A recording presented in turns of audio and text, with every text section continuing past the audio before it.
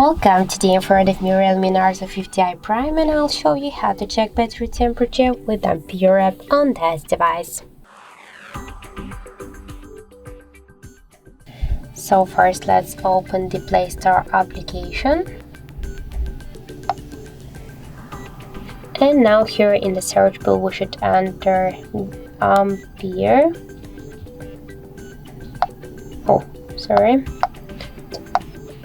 And now we should get this first application. That's why tap to install and wait a couple of seconds while this application downloading and then installing on your device.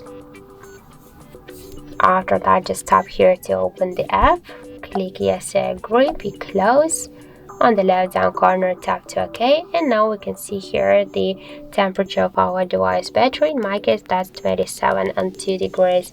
Also, we can find here more info like the battery health, level, capacity, device voltage, Android version, device model, and more other info.